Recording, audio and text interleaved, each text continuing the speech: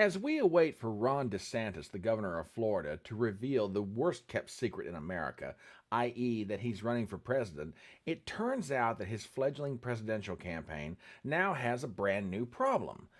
And it has nothing to do with Donald Trump himself. Hang on, folks, I'm going to explain all this in just 1 second.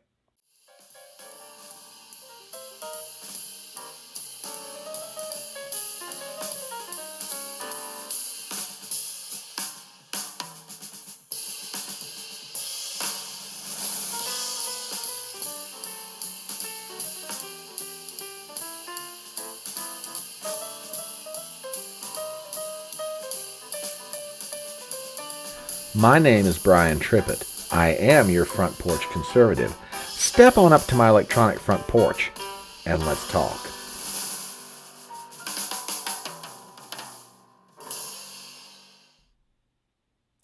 Sometime early this week, Florida Governor Ron DeSantis is going to make official what everybody has known for quite some time. He is going to announce a bid to seek the Republican Party's nomination to run for president of the United States. He will be taking on the former President Donald Trump. DeSantis has had all kinds of problems leading up to this announcement. Bad polling numbers, mega donors who are walking away from him or at minimum putting their support on hold, bad reviews from his public appearances overseas and out in Iowa, among other places around the country. But he's still going to go forward with it. It's his decision. He's a big boy. I can respect that. But DeSantis now has a brand new problem, and that is competition. Let me show you some headlines, and I'll explain why this is a big problem for him. Take a look at this. From USA Today, South Carolina Senator Tim Scott files to run for president of the United States. Now, a lot of you may look at that headline and go, oh, come on, front porch. You had to know that other people were going to get into the race. Well, that's true. Nikki Haley, the former ambassador to the United Nations and a member of the Trump cabinet, has filed her paperwork to run for president. Asa Hutchinson, the outgoing governor of Arkansas, is filing to run for president. He's going around the country right now. It's widely expected that former Vice President Mike Pence may get into this thing. So at a minimum, we've already got candidates. And you've got Vivek Ramaswamy, who is an entrepreneur. He's running for the Republican nomination.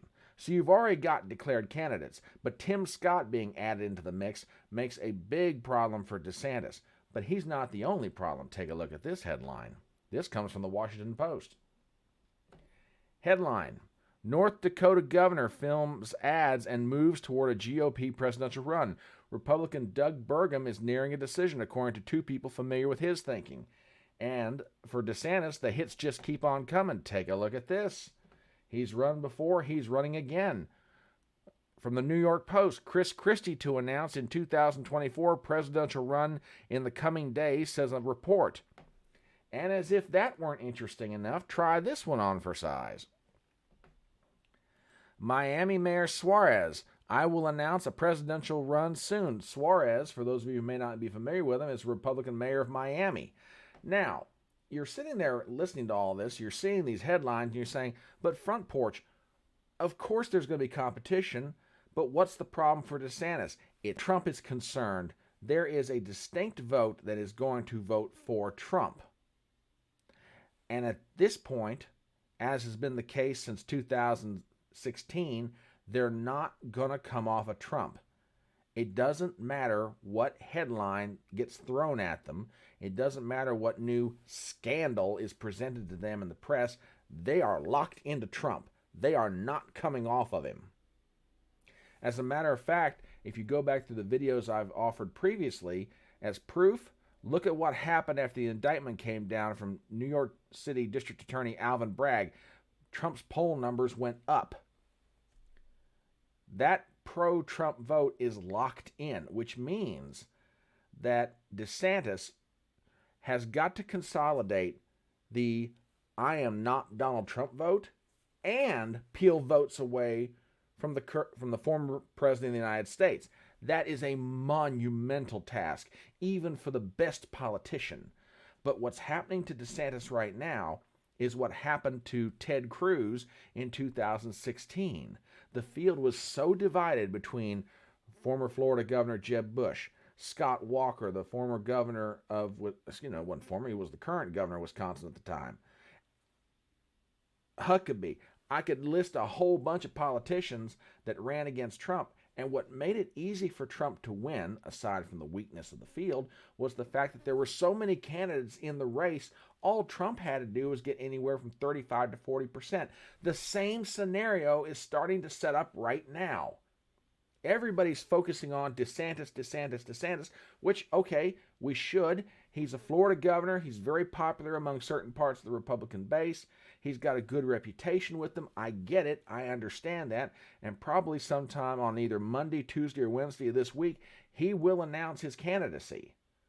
But the problem for DeSantis is the longer he waits, the more people are jumping in, the more the field is being divided, and that never Trump vote that he needs to consolidate, he won't be able to. Not only will he not be able to consolidate the vote, the donors that are out there, and yes, money is plentiful in Republican politics, but not unlimited, money's going to be divided up between all these candidates.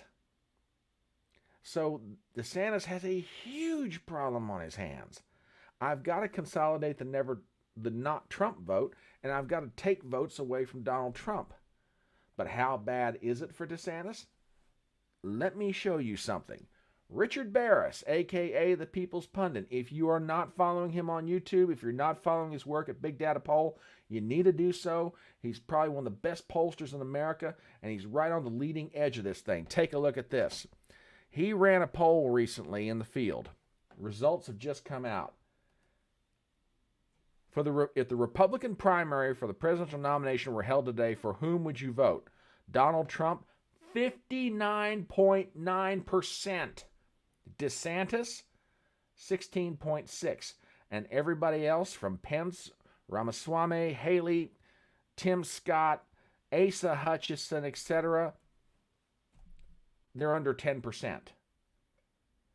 Realistically speaking, we're talking about Trump having a 43-point lead on Ron DeSantis. And as Rich Barris will tell you, historically speaking, any candidate with greater than 50% of the vote support at this stage is going to go on to win the nomination of their party to run for president. Now, that's not to say there may not be hiccups along the way. It's quite possible. This is Donald Trump we're talking about, and these are unusual political times. But if that trend holds true, there is no way in the infernal regions of Dante's hell that Ron DeSantis, for all his skill politically, for all his popularity politically, for all the money he may raise politically, is going to beat Donald Trump.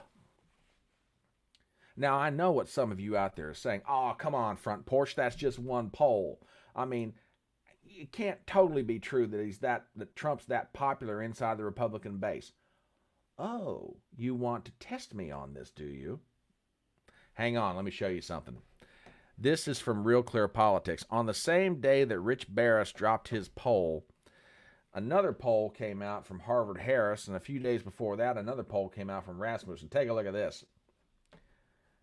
Harvard-Harris, Trump 58, DeSantis 16. Rasmussen, Trump 62, DeSantis 17. And again, everybody else, single digits and very low single digits. Ladies and gentlemen, it's becoming painfully obvious to anybody who's looking at this. It's the nomination for Trump to lose. As a matter of fact, I'm not the only person that holds this opinion. Take a listen to this. This is from This Week with George Stephanopoulos. Guest hosting was Martha Raddatz, and she was doing a roundtable discussion with several contributors to ABC. Listen to this comment from Donna Brazil. Give me just a moment, folks, and I will cue this up. This is really, really interesting. And Donna, DeSantis has been touting his record in Florida, calling it the boldest and most far-reaching agenda the modern GOP has ever seen. Part of that agenda has been going after our parent company, Disney. And this week, Disney scrapped $1 billion project that could have meant 2,000 jobs in Florida. How does all that play out? He's punching above his weight. Look, the race is Donald Trump to lose, and Mr. DeSantis is going to try to run as Donald Trump without the baggage, with a lot of money and maybe better hair. I don't really know. But it's quite obvious. The Democrats know who they're going to be running against. They know it's going to be Donald Trump. Now, look, I am not trying to speak ill of Ron DeSantis. I think he's an excellent governor in Florida. I think he's done a lot of good things. I think he's still doing good things. And I think with the remainder of his second term, he can still do a lot of great things. But he's not going to win this nomination. All the factors are lining up against him to have a repeat of what happened in 2016. A very divided field with multiple candidates. And with Donald Trump's enormous popularity, he's going to mow through the 2024 crowd the same way he mowed through the 2016 crowd. My advice to DeSantis, okay, if you're going to run, but know this, you do so at your own peril. But that's what I think about it. What do you think? As we start to wrap up this video, please do me some favors. If you're not a subscriber to this channel, please do so. Number 2, please hit the bell for notifications. I want to make sure you're always aware when we're posting new material. Number 3, if you have friends of yours that you think would enjoy this content, please share the video around. And finally, please give me a thumbs up.